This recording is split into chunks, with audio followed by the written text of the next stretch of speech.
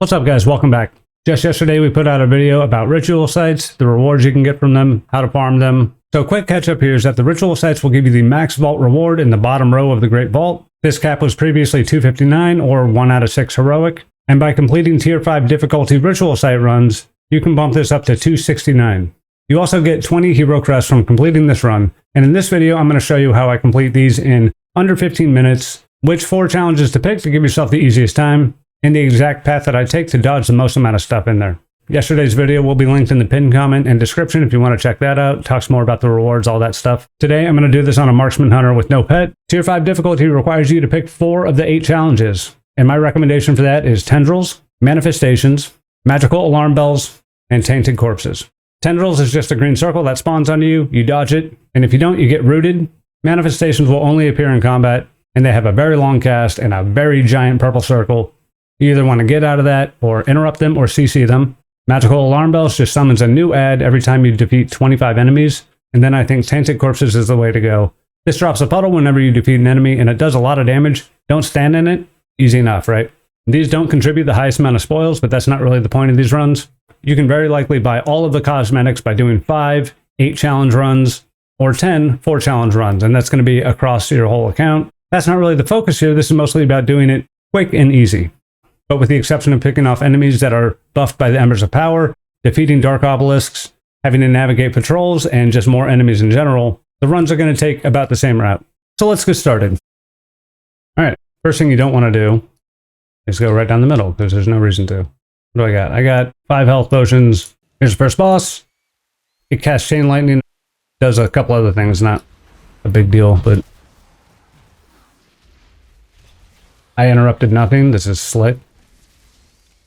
I like playing poorly in the videos because then it's not really an indictment on my gameplay. It's more of like a promotion for the strategy that the video is recommending, right? Like, even I could get this done with the poor gameplay, right? And we run in. I have the big fat chests unlocked. Those are cool. I'm at rank 7, right? I'm not going to get the shrines either, just because, you know, I know I'm going to hear it. Oh, you had the shrines, you know, it's impossible without the shrines. Let's see if we can throw a trap. Okay, we whiffed the trap. That's super impressive. Just take this guy out then. The little green orbs will give you 15% of your health back. And as you go down the renown track, they spawn a little bit more frequently and heal for, I think, more, 30%. All right, Abyssal Mind Erasers. These guys will cast like a mind control on you, and it doesn't reset the fight or like wipe you or anything like that. Get out of here. Bro.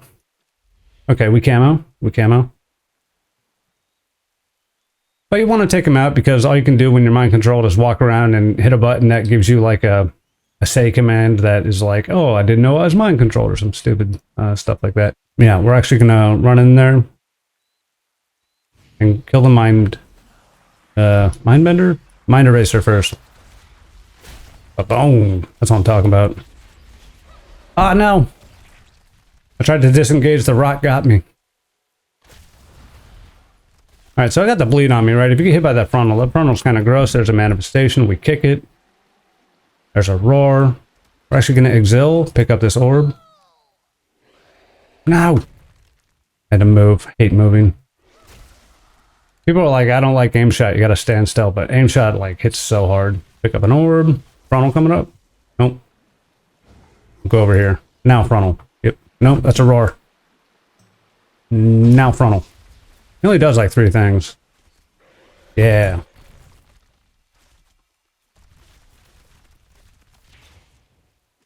Alright. Not gonna send my volley, right? And you definitely don't want to get converged on by those, you know, those things hurt a lot. So, you know, be chill. And there's spoils. I don't really care about spoils. I'm done with all the armor sets. Maybe I should have mogged for this. I can mog people with my mog. I always hit my interrupt even when I don't have it. We have it for that though.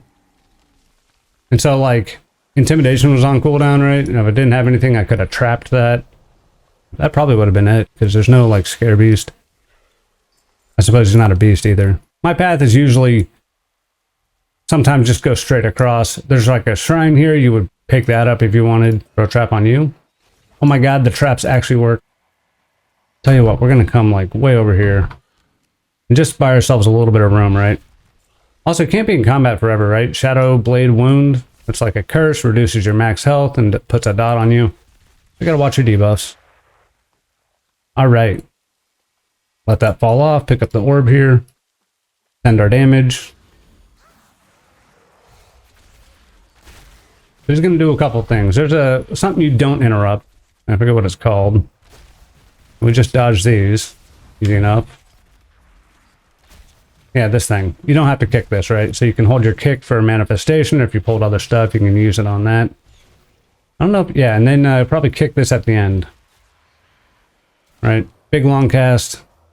He can't do anything when he's casting it, so just let it cast out. And then we could go straight across and kill the Deathstalker. This guy's actually pretty nasty, right? So, you know what? We'll go over here. So Whittle, probably Water Walking Potion would be nice. Tell you what, we'll camo and run to the other side here. Always like attacking from the perimeter, right? Because you got even if you don't have the actual patrols affix, right? You have patrols. You want to pull them like straight back. Otherwise, you're gonna alert the boss. We don't like that. Now we could just pull you straight. Pull you straight over here. Now let's just do that. And if we pull the boss, we'll run to the left. We kick. Get your butt over here. Nice. Tendrils. Hit him with that. We'll throw the chakram, get another lock and load. Throw down the volley. We kick the Chaotic Fisher. Chaotic Fisher you don't really have to kick either, right? Because it just kind of spits stuff out at you. And you can just dodge it. Little knockback from Somber Slash. Mandate of the Void. Ooh. Okay, I guess we can trap it? That's the wrong trap. Okay. Frost Trap. Whatever it's called. Freezing Trap is what it's called. Tar Trap does not work. Okay. And you can see this flyer right here, and then this guy way over there. Those are both rares. I wish the rares would, like, buff you if you killed them. You know, that'd be nice. Like the ones in the Horrific Visions. Yeah, I'm not. Again, these guys, you can just kind of one-pull them. And I wish the Tainted Puddles did, like, enemy damage. That'd be so cool. Even if it was only, like, 10%. Need more stuff like that. This guy's a cast called Nullification. You can just move out of it. You don't have to kick it. Let's go ahead and send. I think I wasted a lock and load. Yep, I'm bad. Lingering Void. And there's our buddy. No! Yeah, okay. The salvo, you definitely want to dodge if you can. You just keep moving. There's an Orby. And try not to, like, accidentally cleave the rare that's flying above you here. I've definitely done that. Boom. Yeah, there's nullification, just run out, right? If you just kind of stay on the move, you're always going to dodge it. Boom. If you're a Lust class, I would almost recommend just lusting this guy. He does a lot of damage. Also got to be careful here, because tendrils can be difficult to see underwater. I don't know, you could fight on land. That would also be something you might want to do. Alright, we got one of them. I'm going to wait a sec to pull. And we'll just pull and let him come back. We'll actually start with... Oh yeah, there's our buddy. He's going to throw a poison-tipped spear at us from range. That's fine. Go ahead and finish off this other guy. Hit that other... I keep wanting to say it's Savage Defense. Like, nothing's been called Savage Defense in like 10 years. Gotta look for Orbeez in the water. An Exil. No, that's crap on the ground. Orbeez. We could even like just feign death here, right? Maybe we'll do this on land. It's hard to get to the orbs quick enough, right? Bro. Oh.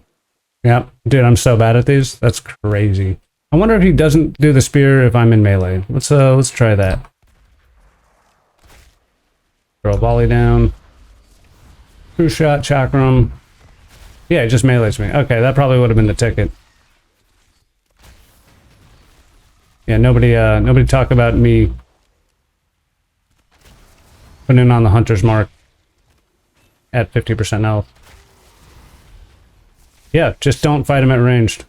Okay, well, I learned something too. Cool. I guess I'm always melee here, but...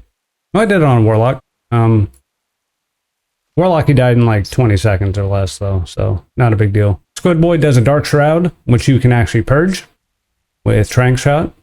He also summons a bunch of little dudes, which do eat up counter towards the magical alarm bell. Then he does something else that you actually want to interrupt. All right, here we go. So we'll start off with the aim shot. We'll send explosive. Then the lock and load. True shot, chakram. This just does damage. You could probably feign it if you had a pet out. Touch of Apathy, that's the one we want to interrupt. We got our first Orby over here. We'll just go ahead and get that. Anytime you're not topped off and you see an Orby, maybe pick up the Orby. And I like how you can be like right next to him. We purge this. Purge the Shroud. Nice. I think the little guys have a Shroud too, but we'll go ahead and hit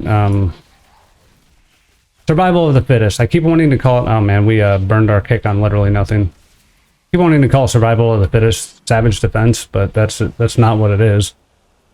Savage Defense was like the Bear Druid critical attacks turn into absorbs. We purge that. Oh, we got a volley. We're gonna boom. And see, you know, taking a good bit of damage. We got some orbs over here. More orbs than I need, really. And that's our alarm bell guy, right? We'll trap him. They don't really do too much damage. It's just there to throw you off. And if you didn't want to do alarm bells, you could probably go with like obelisks, as long as you destroyed the obelisks. If you're ranged, that's probably, you know, just fine to do. And this is the only boss you can really like do anything kind of semi-intelligent with, right? And that lock and load. Shock room. Dodge the tendrils. Alright, so this is a spear, right? We're gonna get speared. We can kick the chain lightning. Once it's dropped, move out. And then, you know, the spears are gonna pull at you when Unrelenting Maelstrom happens, right? This ability. But you're gonna get multiple spears. Kick will intimidate that. And so the next spear, we're just gonna put right here, and then we can sit in between both of them, right? There's the tendrils. I said that in the other video, right? Tendrils is the exact same size. And see, now that we're in the middle, we don't have to fight between the two. And you'll get a third one, and then there'll always be 3 on the ground after that point, right? Here's a third one. We'll make like a triangle, like we like to do. The strongest geometric structure, we're going to exile that. And you have this tornado, right? Tornado's not great, but we can get this Orby. Not a big fan of like the absorb shield he puts himself on, herself rather. Oh yeah, I was getting thrown off a little bit by the by that.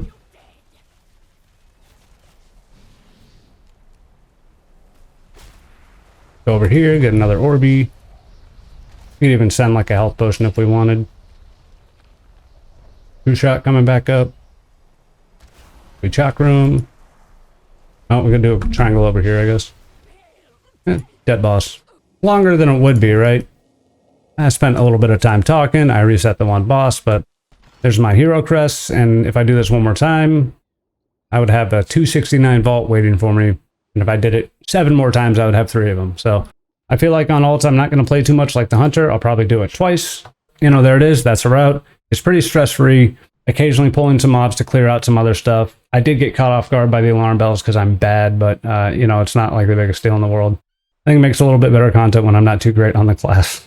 Roll up in here on, like, Warlock or Paladin or DK, basically any tank spec or, you know, DPS spec of a tank class. It's kind of like easy mode, right? Just because that's where I'm most comfortable. Hunter's cool. Petless Hunter too, so, you know, you could always do MM and have your pet. I would still recommend staying in melee so you don't get the poison tip spear on you. That's all I got for this one. You can check out the video from yesterday, linked below. Talks a little bit more about the rewards you get from doing this. But tier 5, 4 challenges is enough to fill up your vault with 269 loot, and we'll give you all 20 Hero Crests. Those don't scale with anything. The only thing you would do all 8 challenges for would be more field accolades and like achievements or whatever, right? That's all I got for this one. Please make sure to like the video if you liked it. Let me know in the comments if you have any questions. You make fun of my gameplay all you want, and we'll catch you in the next one. As always, thanks for watching. Peace.